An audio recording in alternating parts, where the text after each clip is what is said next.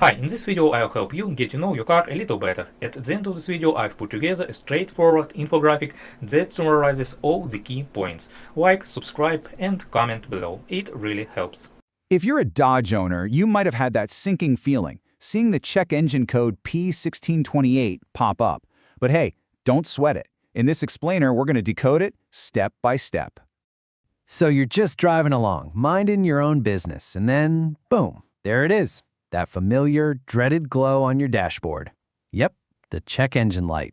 It's the universal signal that something needs your attention, right? And you've already done the smart thing. You plugged in a scanner and pulled the code. If that little screen is staring back at you with P1628, you are in exactly the right place. Let's break down what your car is trying to tell you. Okay, so what in the world is P1628? Well, officially, it's pointing to a problem with the 5-volt sensor supply circuit, which lives inside your powertrain control module, or PCM. Just think of the PCM as the brain of your car. It's the central computer running the whole show. And listen, this isn't just some random number on a screen. It has real-world consequences. A P1628 code, that can lead to some seriously poor engine performance. In some cases, the car's brain might even decide to shut down that entire 5-volt circuit to protect itself, and that could leave you stalled out until you restart the car. Not fun. All right, to get to the bottom of this, we're going to walk through 5 key areas. First, we'll decode the alert itself.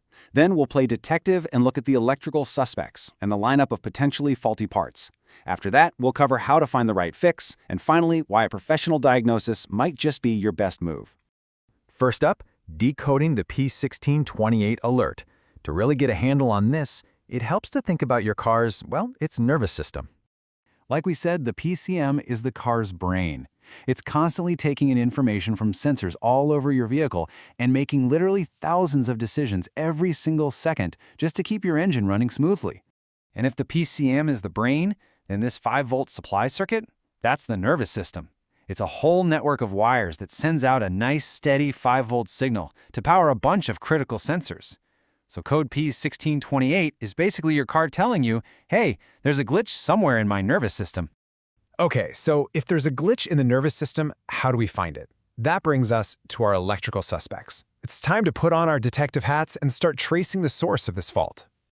You know, when a mechanic tackles a P1628 code, they're basically working through a checklist of 3 main electrical culprits. They're hunting for a short to ground, a short to voltage, or what's called an open circuit.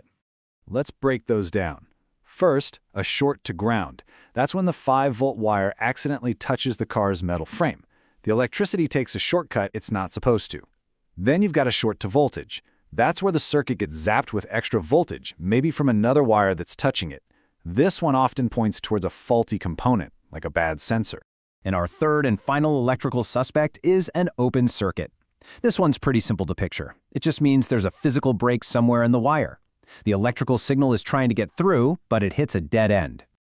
Okay, so what if the wiring itself seems fine? Well, that brings us to section 3, the faulty parts lineup. You know, sometimes the problem isn't the road, but the destination. These are the usual suspects when a part itself decides to fail. You've got things like the map sensor, which measures engine load, or the accelerator pedal position sensor, that's the one that tells the computer how hard you're hitting the gas. A malfunction in any of these, or heck, even in the PCM brain itself, can trigger that P628 code. All right, now that we know all the potential causes, let's get to the most important part, right? Finding the right fix. This is all about matching the correct solution to the specific problem we've found. See, the fix really depends on the cause. If it's a short to ground, you'll need to find and repair that bad connection. For a short to voltage, you might have to replace both the bad sensor and the PCM. An open circuit, that means finding the break and repairing the wire. And if it's just a faulty sensor, well, that's a straightforward replacement. So here's the crucial takeaway. You absolutely cannot guess the fix. Just throwing new parts at the problem is a great way to waste money and time. A proper diagnosis is the only way to know for sure if you need to fix a wire, swap a sensor, or install a whole new PCM. And all of this leads us to our final, really critical point, the pro diagnosis verdict, and why getting an expert opinion matters so much. The source material is super clear on this. It says, and I quote, "Professional diagnosis is essential in order to properly assess and fix the issue." And it's true. Tracing these kinds of electrical faults requires specialized tools and a lot of know-how. Getting it wrong can get expensive fast. So, let's recap the key takeaways here.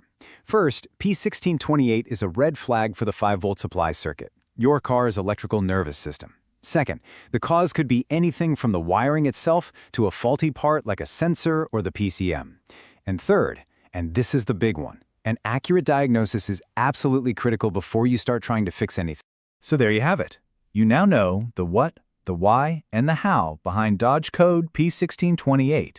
You know all the suspects, from sneaky electrical shorts to faulty sensors. The only question left is, armed with all this new knowledge, what's your next move?